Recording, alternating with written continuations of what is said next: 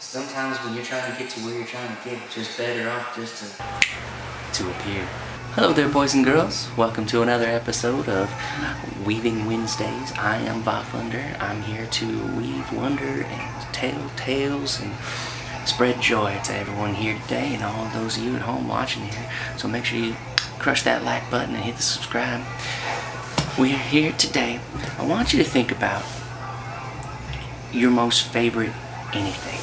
What is it that you have at home, boys and girls? Maybe it's a Christmas present, maybe it's something you got for your birthday, maybe it's something you just found outside and you just love it more than anything. Maybe someone made it for you. In the case of Thor, he got something that was made for him by the elves, dwarves actually. The dwarves, they were Ivaldi's sons. We'll hear more about them here in another story when we talk about how the gods got their wonderful gifts. You know, how what brought into existence the golden boar and Thor's hammer that everybody knows about. We'll get into that in just a moment, so without further ado, let me show you. So where's my ribbon at? My ribbon is at 394. I don't need that one, that's for a different class. We're just gonna go to, right here.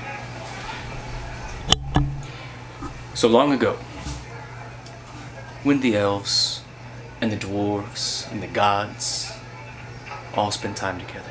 In this time before time, there was war, there was strife, and slowly the Aesir found ways to make peace with all of the other races. How did they do that, you ask? Well, they did that like most people decide that they want to make peace, and that's through utter annihilation. So when it came time for the dwarves to offer their bit of truce for the gods, Ivaldi's sons, they made the most beautiful of chairs, a throne really. It was carved with the most beautiful of filigree, runes etched throughout this woodwork. It was made of gold and ebony and ivory and all the things that we hold and cherish today.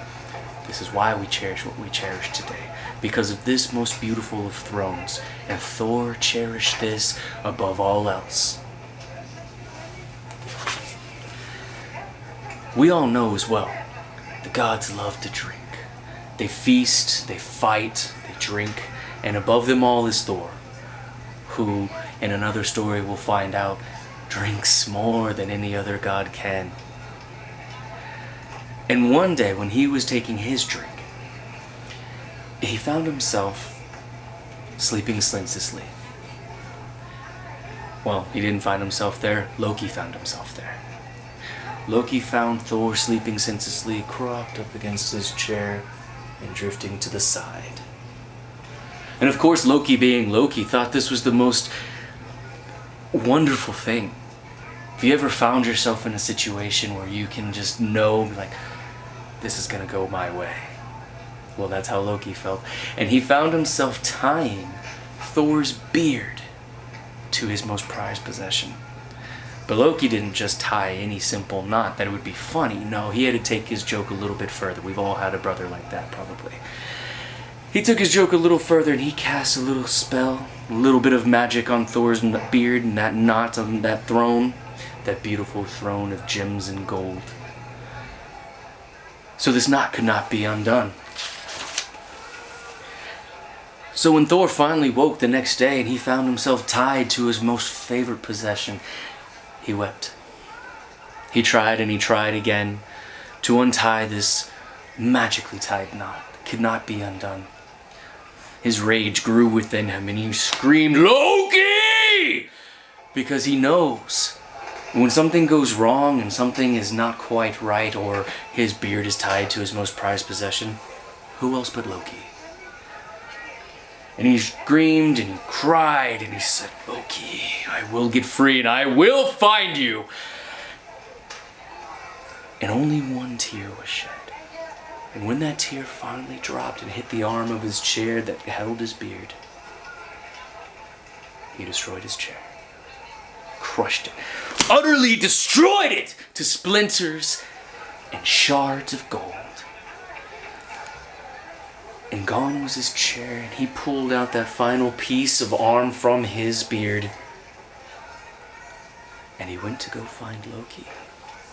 So if you've ever wondered why the Vikings had long beards and long hair and why they refused to cut it, is because they found their example in the mighty Thor. That there are prized possessions everywhere. These most sacred gifts can be given to us. And a beard can be grown back. Yet, that is our identifier. Boys and girls, I sure hope you enjoyed that story. I know I sure did. We learned a little bit about our culture and a little bit about Thor and his craziness. That being said, I want you to take care, and if you are a kind of prankster like Loki, make sure you're not taking it too far, you know? And if you're on the receiving ends of the pranks, it's not solved with violence. So with that, I will say I'll see you next Wednesday on another Wonder Weaving.